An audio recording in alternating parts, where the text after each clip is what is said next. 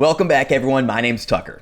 Let's talk weather. We're taking a look at the first half of August and how our weather is going to shake out over the next couple of weeks. And we'll also talk tropics, and I'll let you know if there's anything you need to worry about as far as hurricanes. Yes, I said the H word in the intro. Hurricane, that would be. I click through weather YouTube right now, and every video I find is a video about a hurricane. Guys, look, there is no activity expected from the National Hurricane Center, who are very careful. I mean, if there's a low chance, it'll be on here. There's nothing over the next 7 days, so don't fall for the clickbait and hype we're seeing out there right now. And trust me, hurricane videos get a lot of clicks, but I'm telling you again, if you're watching me, I'm gonna give it to you how it is. I'm not here to just farm clicks. But we will talk tropical weather because it's not completely quiet. That said, I just want to get it out of the way. We're going to get into that later, and we'll talk about some of the bigger patterns that you really should be thinking about right now as we start the month of August. All right, guys, I'm going to get us started with the big picture, the weather that will impact everybody over the next couple of weeks.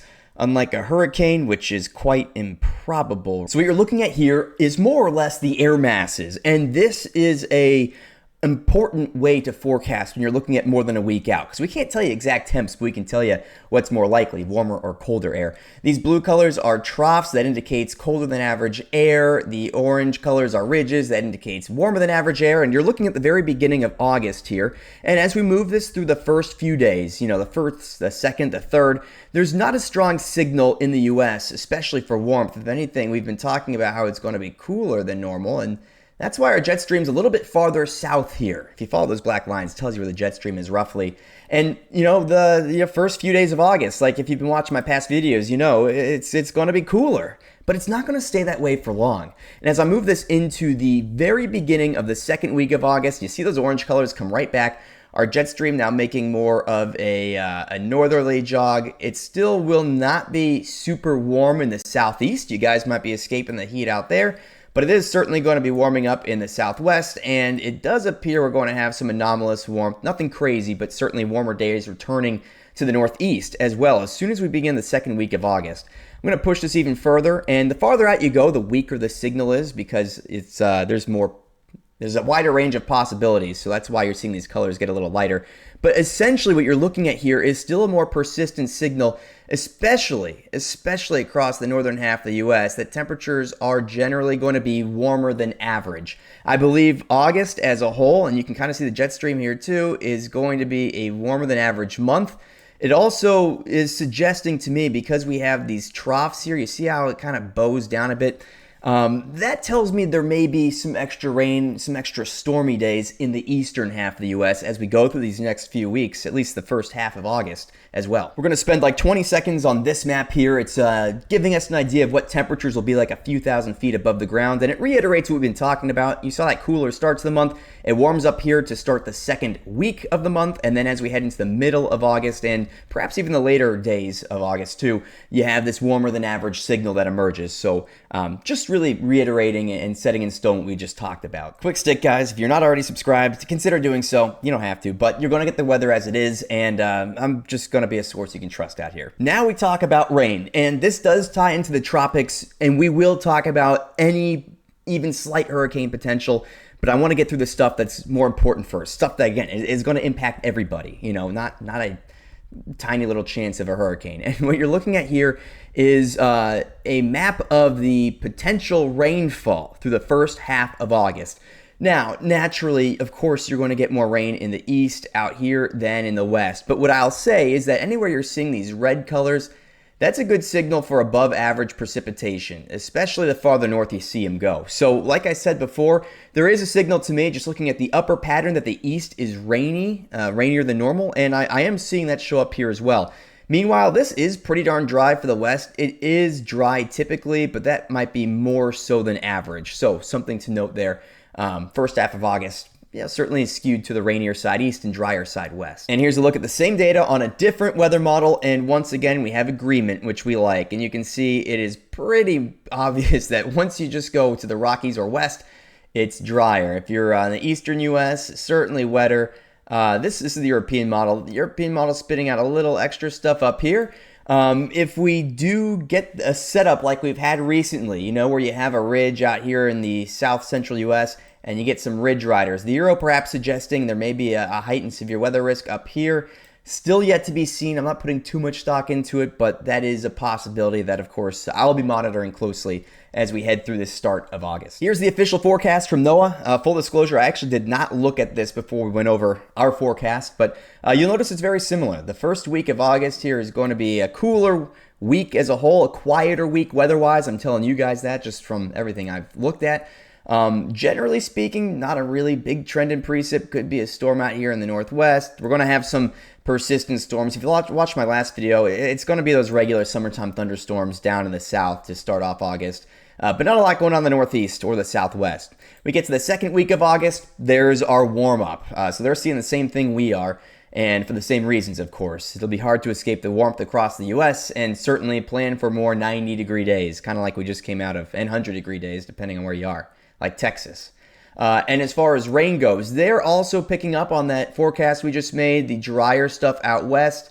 They seem to be favoring more Pacific Northwest systems, so something to watch for sure. I wouldn't rule that out, although it looks drier west to me.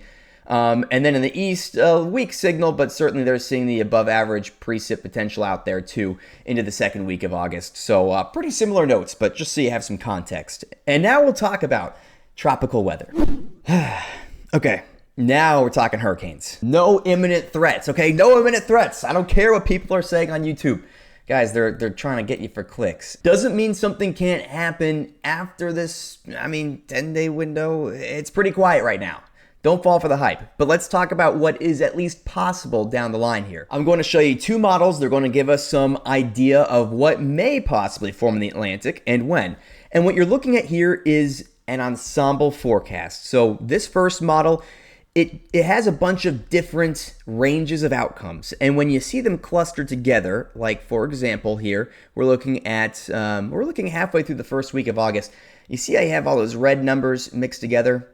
That tells us there's a smaller range of possibilities and it's more likely a storm will form. This is the American model, just so you know, by the way. But what we're seeing is perhaps some hints at activity in the Pacific, which has been super active this year.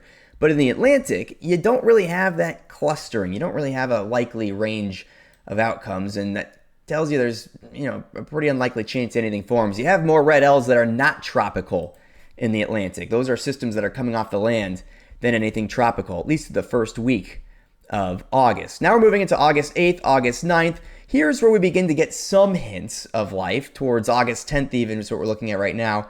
You see how you have those orange spots, you have some more of that clustering. That's our model saying, okay, I'm seeing some signal that something could form here, but this is really far from anything like a strong signal or anything that really makes me worried. This just says by the Lesser Antilles, we could see some activity start to brew. And then as we head into the 11th, the 12th window, you're seeing it has a bias towards more activity later on in this, in the model's lifetime here, but there may be some activity that we need to monitor at the end of the second week of August, perhaps, in the southeastern U.S. And this, like I said, is really not a very strong signal to me. I'm just letting you know it is something that's there. So it does have the tropics warming up towards the middle of August.